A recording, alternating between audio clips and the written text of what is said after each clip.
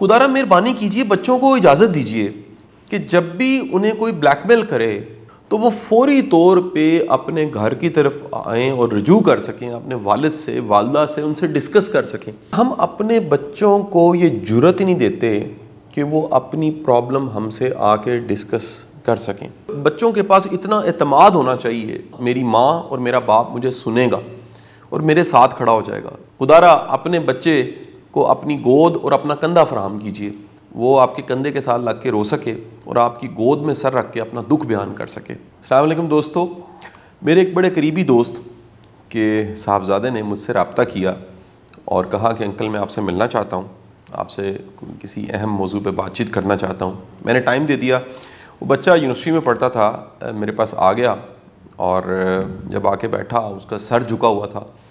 اور جب سر اٹھاتا تھا تو آنکھوں کی نمی نظر آ رہی تھی، گھبراہٹ کی انتہا تھی اور شدید پریشان تھا۔ تو میں نے اسے بڑا کندھے پہ ہاتھ رکھا، پانی شانی پلایا، پوچھا کہ بیٹا خیر تو ہے، آپ مجھے بتائیے کہ کیا چیلنج ہے۔ تو اس بچے نے کہا کہ پہلے تو آپ وعدہ کریں کہ آپ جو بات میں آپ کے ساتھ کرنے لگا ہوں آپ میرے والد صاحب کے ساتھ نہیں کریں گے۔ میں نے کہا ٹھیک ہے۔ میں خود بھی گھبرا گیا کہ ایسی کون سی بات ہے جو وہ اپنے والد صاحب سے نہیں کر پا رہا، اور اس نے مجھ سے ٹائم لیا اور بات کرنے کے لیے آ گیا۔ تو میں نے اسے کہا جی یہ بات کیجئے۔ اس نے کہا کہ انکل جو میری اسٹڈی ہے اس میں ایک ٹیچر ہیں جو میرے خلاف ہیں اور انہوں نے مجھے وائوا میں فیل کر دیا، جب انہوں نے میرا وائوا لیا تو فیل کر دیا، اور یہ بات اگر والد صاحب کو پتہ لگ گئی تو والد صاحب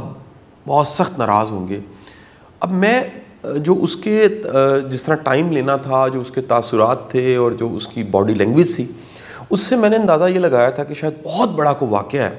جس کو وہ اپنے والد سے شیئر نہیں کر پا رہا۔ لیکن جب میں نے واقعہ سنا تو میں بڑا حیران ہوا کہ اتنا بڑا واقعہ نہیں ہے،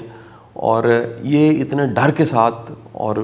وقت لے کے میرے ساتھ وہ بات چیت کرنے آیا اور مجھ سے پوچھنے لگا کہ انکل اب مجھے بتائیے کہ وہ ٹیچر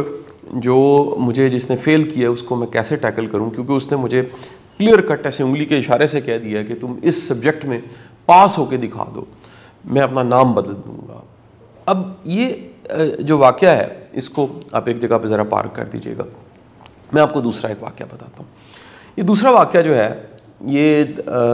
میں کسی گھر میں انوائٹڈ تھا، میرے قریبی دوست تھے اور جو ہماری بھابھی ہیں اور جو میرے دوست ہیں بھائی دونوں موجود تھے۔ تو بھابھی نے ایک بات کہی اپنے ہسبینڈ کو، یعنی میرے دوست کو یہ بات کہی اور میں سن رہا تھا اور میں بھی مسکرایا، میرا دوست بھی مسکرایا۔ تو بھابھی نے کہا کہ جو آپ کا چھوٹا بیٹا ہے اس نے صبح کہیں پر وہ گاڑی میں بیٹھا ہے، گاڑی کیونکہ کھلی ہوئی تھی، کھیلتے کھیلتے آپ کی گاڑی میں بیٹھا ہے اور اس نے یورن کر دیا، اور اس کے بعد وہ میرے پاس آیا ہے، ماں کے پاس آیا ہے اور آ کے کہنے لگا ہے کہ مجھ سے یہ ہو گیا ہے،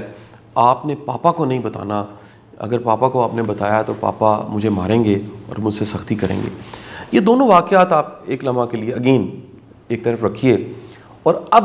آپ ذرا بہاولپور والا واقعہ جو اسلامیہ یونیورسٹی کا واقعہ 2 دن پہلے، یہ ایک ثانیہ میں کہوں گا، یہ ایک سامنے آیا ہے کہ بہاولپور یونیورسٹی کا جو چیف سیکیورٹی آفیسر ہے وہ مخبری تھی، پولیس کے پاس یہ خبر تھی کہ اس کے پاس کچھ ممنوعہ میڈیسنز، ادویات اس کے پاس موجود ہیں اور کچھ نشہ آور چیزیں جو ہیں وہ اس کے پاس موجود ہیں، وہ بیچتا ہے، یہ خبر تھی۔ اور انہوں نے جب اس کو اریسٹ کیا تو وہ نشہ آور چیزیں تو اس سے ملی ہی ملی، لیکن جب سیل فون اس کا دیکھا انہوں نے اور اس کو سرچ کیا تو پتہ لگا کہ اس سیل فون میں 5,500 جو نازیبہ تصاویر ہیں اسٹوڈنٹس کی، وہاں پر پڑھنے والی بچیوں کی تصویریں اس میں موجود ہیں۔ وہاں سے یہ کہانی شروع ہوتی ہے 2 دن پہلے، اور یہ کہانی ابھی تک جہاں تک پہنچی ہے یہ پتہ لگ رہا ہے کہ اس میں یونیورسٹی کے پروفیسرز شامل ہیں، ہیڈ آف ڈپارٹمنٹس شامل ہیں، جو وائس چانسلرز ہیں ان کو میڈیا جب بلا کے بات کر رہا ہے تو وہ صاف انکاری ہیں، وہ کہہ رہے ہیں جی ایسا کچھ نہیں ہے، جبکہ وہ شخص جو پکڑا گیا ہے وہ اس کی چیٹس موجود ہیں، اس کے موبائل سے جو پروفز اکٹھے نکل رہے ہیں۔ اس وقت کہہ لیجئے کہ پوری ٹاؤن کی ڈیبیٹ اسلامیہ یونیورسٹی بہاولپور ہے اور یہ واقعہ ہے۔ میں آپ کے سامنے اس واقعے کا ایک مختلف رخ بیان کرنا چاہوں گا، اور وہ رخ یہ ہے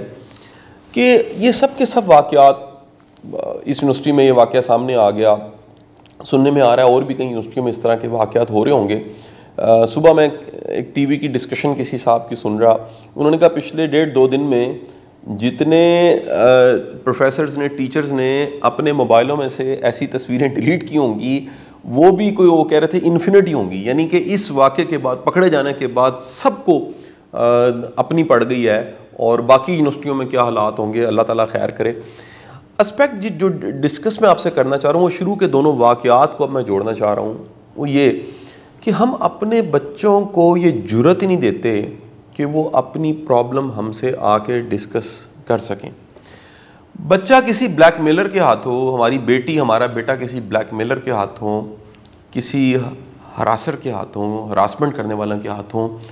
وہ بلیک میل ہوتا رہتا ہے, کھجل ہو جاتا ہے, لیکن اپنے ماں باپ سے ڈسکس نہیں کرتا یا اپنوں سے ڈسکس نہیں کرتا. اور یہ ہمارے اس کلچر میں, پاکستانی کلچر میں اتنا کامن ہے. یعنی بچوں نے شیئرنگ کرنی ہے, ان کو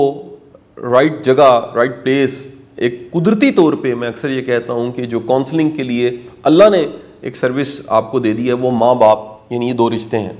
اور ماں باپ وہ اس طرح کا ان کا امپریشن ہوتا ہے, یا وہ بعض اوقات اتنے سخت ہوتے ہیں یا اتنے ججمنٹل ہوتے ہیں کہ بچے ان کے ساتھ شیئر ہی نہیں کر پاتے. تو آپ سب سے درخواست ہے, آپ سب کی, تمام میرے دوستوں کی, ان کی بیٹیاں یونیورسٹیز میں پڑھ رہی ہیں, کالجز میں پڑھ رہی ہیں, جن کے بچے اسکولز, کالج, یونیورسٹیز میں کہیں بھی پڑھ رہے ہیں, خدا را مہربانی کیجیے, بچوں کو اجازت دیجیے کہ جب بھی انہیں کوئی بلیک میل کرے اور کوئی پرابلم ان کی زندگی میں آئے, کوئی حادثہ ہو جائے, کوئی سانحہ ہو جائے, تو وہ فوری طور پہ اپنے گھر کی طرف آئیں اور رجوع کر سکیں, اپنے والد سے, والدہ سے, ان سے ڈسکس کر سکیں, اور آپ بھی ججمنٹل ہوئے بغیر ان کی بات کو سن سکیں, انہیں ہمدردی دے سکیں. اور خدا کے لیے کسی ایک واقعے سے بھی اپنے بچے کو مکمل غلط نہ کہہ دیا کریں, کسی کو بھی, بلکہ مکمل غلط نہ آپ کہہ دیا کریں. میں کسی عالم دین نے بڑی خوبصورت یہ بات کی, میں کہیں بیٹھا سن رہا تھا, انہوں نے کہا یہ تمام کے تمام احکام جو اسلام میں احادیث کی شکل میں اور قرآن پاک میں جو موجود ہیں, وہ اس لیے ہیں کہ ہم خود کو ٹھیک کریں. یعنی یہ حکم ہے, حدیث کے الفاظ ہیں کہ ایسا شخص جہنمی ہے جو قطع تعلقی کرتا ہے, اپنے رشتوں کو چھوڑ دیتا ہے. اس کا یہ مطلب نہیں ہے کہ ہم اس جہنمی کو ڈھونڈنا شروع کر دیں اور اس کو گناہ گار سمجھیں, خود کو ٹھیک سمجھیں, بلکہ ہمیں خود کو ٹھیک رکھنا ہے, ہمیں قطع تعلقی نہیں کرنی, ہمیں اپنے رشتے خراب نہیں کرنے. تو یہ جو ایک سوسائٹی میں ایک انتہا کا ججمنٹل رجحان پایا جاتا ہے, اور سوسائٹی میں ایک دوسرے کو گناہ گار سمجھنے کا رجحان پایا جاتا ہے, اس سے اصلاح نہیں ہو سکتی. خدا را آپ کا بچہ وہ نالائق ہے, وہ گناہ گار ہے, وہ غلط ہے, وہ باغی ہے, کچھ بھی ہے, آپ کا بچہ ہے. آپ کی بیٹی خدا نہ خواستہ کچھ بھی ہو گیا, وہ آپ کی بیٹی ہے. میں کہتا ہوں کرائم بھی ہو جاتا ہے. بچوں کے پاس اتنا اعتماد ہونا چاہیے کہ میری ماں اور میرا باپ مجھے سنے گا اور میرے ساتھ کھڑا ہو جائے گا, جو میری ہیلپ ہو سکتی ہے میری سپورٹ کرے گا. چلیں کور نہیں کرے گا لیکن سپورٹ ضرور کرے گا, یا کم از کم میرا وہ بازو بن جائے گا, میرے لیے تھوڑی سی آسانی پیدا کر دے گا, یا میرے کتھارسس کا سورس بن جائے گا. مہربانی فرما کے اس طرح کے واقعات جہاں پر اس پہ بے شمار طرح کی ڈسکشن اس وقت یوٹیوب پہ موجود ہیں, بے شمار طرح کی گفتگو وہ ہو رہی ہیں, پہلے سے خبر کی شکل میں سنسنی بھی پھیلائی جا رہی ہے, بڑھا چڑھا کے بھی بیان کیا جا رہا ہے. میں آپ سب سے صرف یہ گزارش کرنا چاہوں گا کہ اپنے دروازے کھولیے, اپنے بیٹے اور بیٹیوں کے لیے ان سے بات چیت کیجیے, انہیں اجازت دیجیے کہ وہ زندگی کی کسی بھی مشکل میں ہوں, کسی بھی پریشانی میں ہوں, جب تک آپ زندہ ہیں, ماں اور باپ زندہ ہیں, خدا را اپنے بچے کو اپنی گود اور اپنا کندھا فراہم کیجیے, وہ آپ کے کندھے کے ساتھ لگ کے رو سکے اور آپ کی گود میں سر رکھ کے اپنا دکھ بیان کر سکے. آپ کا بہت بہت شکریہ.